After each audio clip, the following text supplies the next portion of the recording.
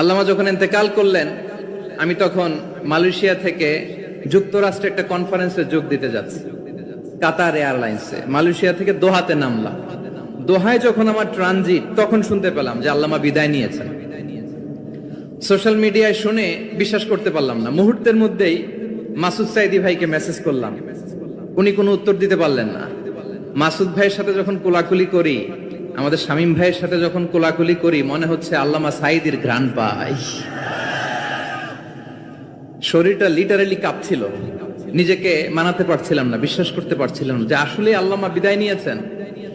In the mean time আমার second flight, দোহা two new York, 12 ঘন্টার ফ্লাইটে উঠলাম। ইন্টারনেট থেকে বিচ্ছিন্ন হলাম। নামার পরে শুনলাম আল্লাহু আকবার, যেখানে ওনাকে কবরস্থ করার কথা ছিল সেখানেও কবর দিতে দেয়া হয় নাই। ছবিগুলো দেখতে লাগলাম, হাসি মাখা মুখ, হাসি মাখা নিথর দেহটা, মরণে হাসিবে তুমি কাঁদিবে ভুবন। From east to west, from north to south, the entire globe, গোটা বিশ্ব ওনার জন্য কেঁদেছে, গোটা বিশ্ব কেঁদেছে। কাবার গিলাফ ধরে ধরে মানুষ চিৎকার করেছে। সম্মানিত সুধী, হযরতুল আল্লাম শহীদ মরহুম আল্লামা দেলওয়ার হোসেন সাঈদী রাহিমাহুল্লাহ, ওনার স্মৃতি বিজড়িত আজকের এই ঐতিহাসিক প্যারেড ময়দানের তাফসিরুল কোরআনের প্রোগ্রামে সব আছে। স্টেজ আছে, শ্রোতা আছে, প্যান্ডেল আছে, মিডিয়া কাভারেজ আছে, কিন্তু আমাদের কলিজার টুকটাটা আমাদের মাঝে নাই।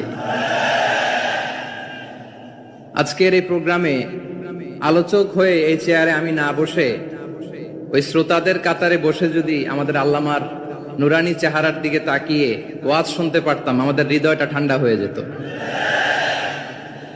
আমাদের তৃষ্ণার্ত হৃদয় শান্ত হতো। সব আজকে আছে, কি যেন নাই, ঠিক কিনা বলেন? আল্লাহ তাআলা প্রতি 100 বছরে একজন মুজাদ্দিদ পাঠায়, প্রতি 100 বছরে একজন মুজাদ্দিদ, যিনি সমাজকে সংস্কার করেন। আল্লামা দেলওয়ার হোসেন সাঈদী রাহিমাহুল্লাহ ছিলেন তেমন একজন মুজাদ্দিদ। চিৎকার করে বলেন ঠিক কিনা?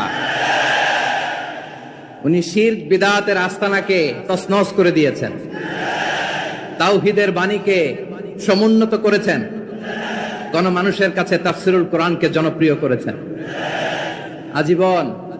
আজীবন তিনি ইসলামকে বিজয়ী শক্তি হিসেবে দেখার স্বপ্ন দেখতেন। এত প্রাঞ্জল ভাষা, এত চমৎকার আধুনিক প্রেজেন্টেশন, গণমানুষের কাছে কোরআনের তাফসিরকে এভাবে জনপ্রিয় করে তোলার মতো ব্যক্তিত্ব আল্লামা সাঈদী ছাড়া দ্বিতীয় কেউ এই বাংলার ভূখণ্ডে না।